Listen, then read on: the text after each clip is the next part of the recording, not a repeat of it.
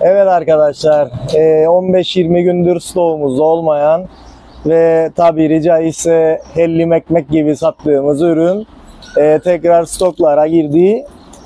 Bu ürün nedir diye sorarsanız tabii ki Meriç şömine barbekü. Hemen bugün bunun kutu açılımını yapalım beraber. Gördüğünüz gibi ürünümüz böyle çok kaliteli bir kendi çantasıyla beraber, taşıma çantasıyla beraber gelmektedir. Hemen açıyoruz, içinden neler çıkar gösterelim. Evet, ağırlığından da anlaşılacağı üzere çok kaliteli bir ızgarası var. Bunun yanında yine çok kaliteli bir saç tavası var.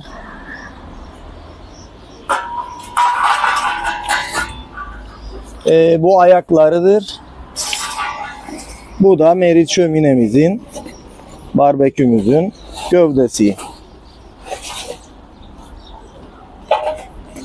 İçerisinden bir de kullanım kılavuzu çıkıyor kurabilmeniz için. Hemen ayaklarını da açalım.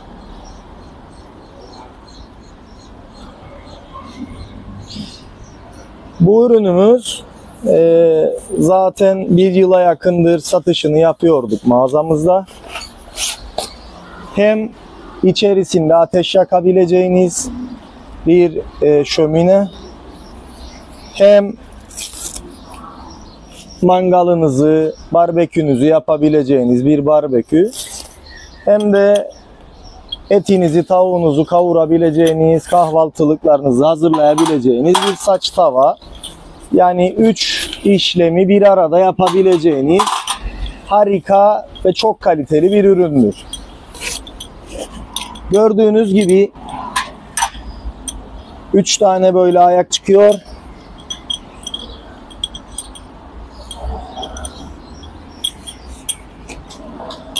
İster bunu bu şekilde kullanırsınız, yani yüksek bir barbekü elde edersiniz.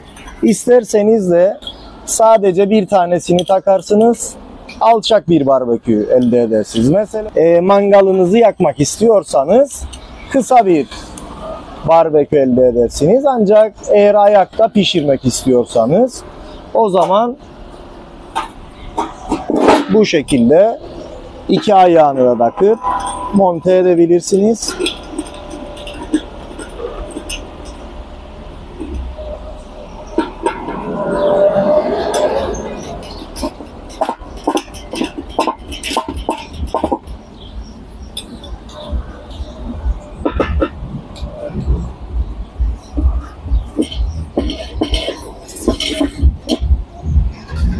Gördüğünüz gibi çok basit, gayet kolay.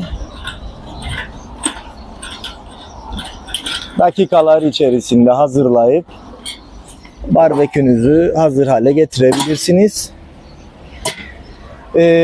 Daha önce sattığımız ürünlerde bu aparat yoktu.